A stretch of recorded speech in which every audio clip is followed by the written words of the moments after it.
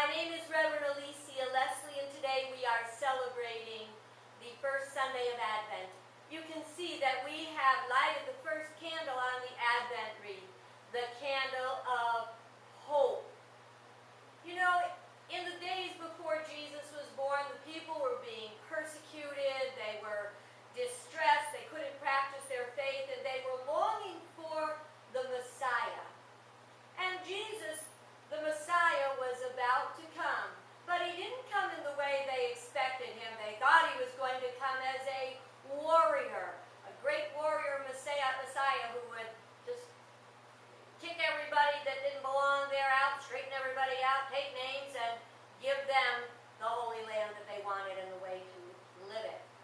Well, in our own lives today, we may wonder, Jesus came, Jesus taught, Jesus died and was resurrected, but we're looking at that Mayan calendar thing that they were talking about. What if they're talking about things like the fiscal cliff? What if? I mean, do you have any what ifs in your life? What if there is a financial disaster? And what if, that's a challenging thing to wonder about what if, but a wonderful man named Dale Carnegie wrote a book called How to Stop Worrying and Start Living. And he gave two very important points on that. And the first one was to live in day-tight compartments.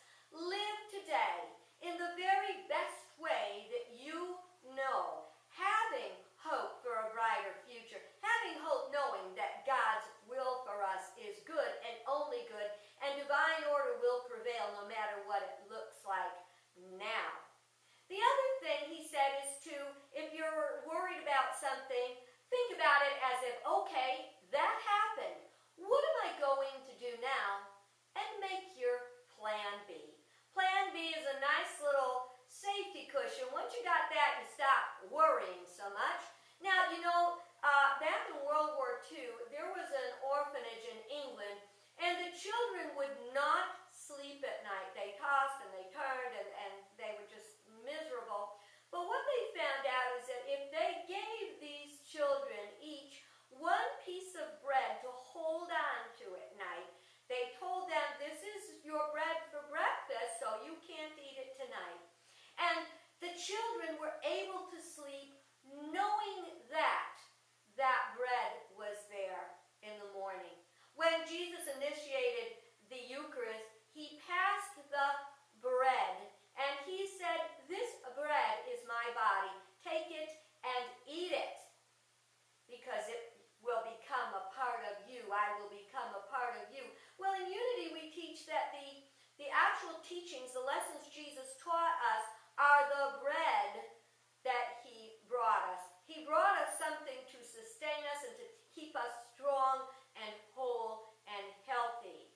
So what you want to do is be eating the bread of hope, the bread of promise that Jesus brought to give us. His teachings work if you follow them, if you just basically look at it, even if it's simply love God, love each other, love yourselves. If you really love God, each other, and yourselves, just about all the problems in the world would go away if we all practiced it. How are we going to practice it? We practice it how? In hope and in faith. And we share it with others as we have the opportunity. Now, as we move along on our path of spiritual growth, we may find that in the beginning we need the bread an awful lot. But then as we go along, we have started to evolve our faith, and we don't need the bread as much because the bread has become a part of us. The hope and the faith have become a part of us, fully placed in God. See, it's a journey. We're moving from lower consciousness to higher consciousness. There is within us a spark of divinity called the Christ. Yes, we are each expecting. We are each having and birthing the Christ. So it takes a while, but that's the journey that we're on. Now, the interesting thing about this spiritual journey is you will not need a suitcase. Do you ever know if you're going to go on a journey, so what do? You pack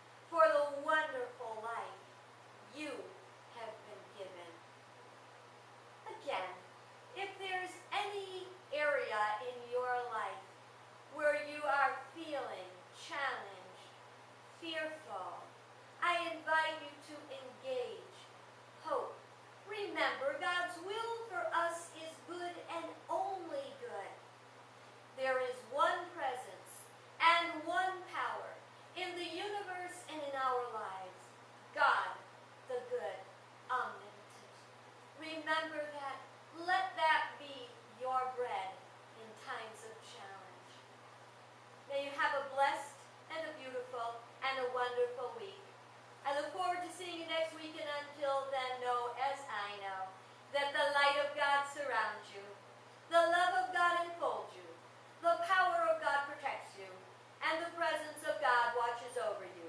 Wherever you are,